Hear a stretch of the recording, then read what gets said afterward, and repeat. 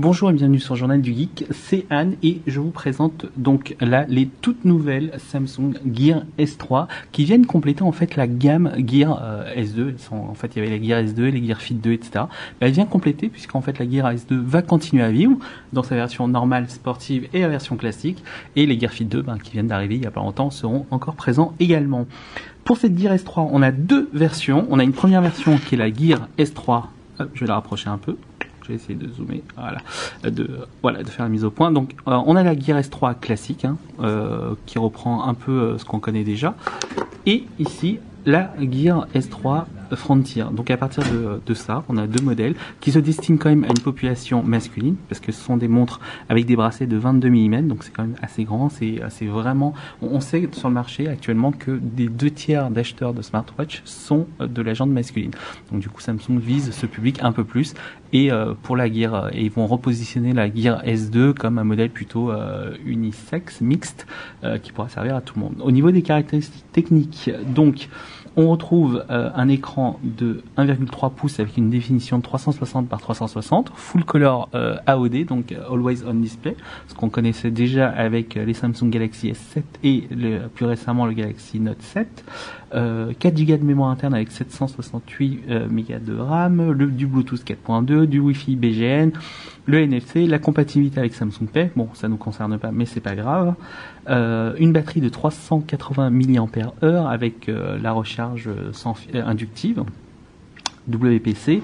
Il y aura plusieurs modes d'économie d'énergie. On est toujours sous Tizen OS 2.3.1 et elle fait au niveau du poids 57 grammes pour la version classique et 62 grammes pour la version Frontier. Au niveau des nouveautés, bon, on va pas revenir dessus, on connaissait déjà la bague rotative, etc. Bien maintenant vous pourrez décrocher puisque cette nouvelle Gear S3 apporte la fonction de kit main libre, puisqu'il y a un micro ici et le haut-parleur de l'autre côté ici.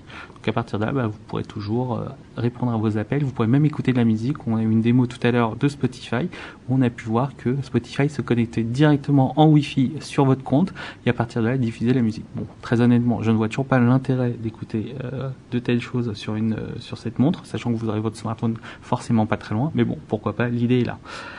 On a aussi maintenant un altimètre, le baromètre, l'accéléromètre et surtout un GPS. Oui, l'avantage c'est que maintenant vous allez pouvoir traquer des choses et pour les photos, pour que ce soit les photos, votre running, etc. Tout sera traqué directement depuis cette montre.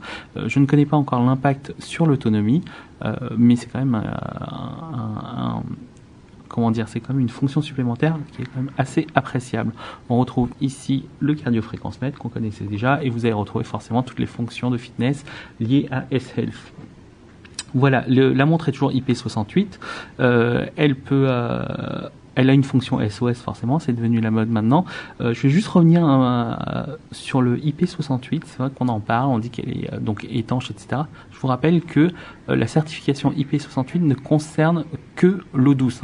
Donc il n'y a aucune smartwatch et aucun smartphone actuellement qui peut aller dans la mer. Donc faites attention quand même, surtout en plus maintenant avec les trous qu'on peut voir là avec le haut-parleur ou le micro, ça va être un peu plus tendancieux. Voilà, à côté sinon donc malheureusement j'ai pas de Gear S2 là tout de suite pour vous montrer, mais on retrouve donc cette bague.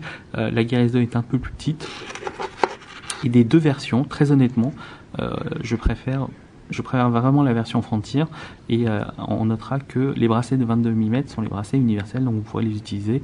Ça, vous pourrez acheter ceux que vous voulez. Il n'y a pas de bracelet propriétaire comme ce fut le cas pour la Gear S2 version sportive.